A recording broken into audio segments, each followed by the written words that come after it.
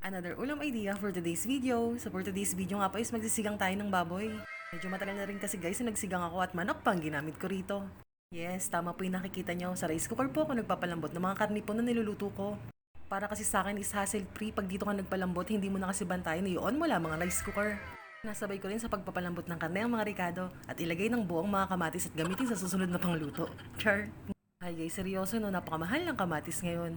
Nga po, naglagay tayo dyan ng bawang, sibuyas, kamatis, pamintang buo. And may pausok effect pa. So habang inaantay nating lumambot yun, ishugasan na natin ng mga gulay.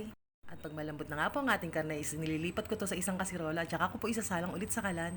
Ilagay naman po mga gulay na kailangan rito. Meron nga po tayo dyang labanus, talong, kangkong, siling haba. Siyempre ang betchin at ang sinigang powder. So timplahan na natin. Nag-add lang tayo dyan ng asin at betchin. Ilagay na po ang mga gulay. Inuuna ko po ang labanos, tsaka ko po sinusunod ang okra. At tsaka po ininext ang talong.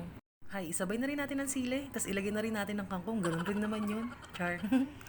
Pag medyo kumulo na nga po, is ilagay na po natin ang ating sinigang powder. With gabi po ang ginamit ko dahil hindi po ako nakapaglagay ng gabi dyan. Pakuluan lamang po ito, tikman kung naayon na po sa atin ang lasa ng ating niluluto.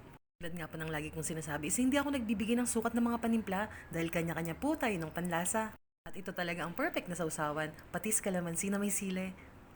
Kain po tayo. Thank you Lord for all the blessings. Kung inyo po nagustuhan ang aking video, ay pwedeng pwede po natin itong i-share pala for more.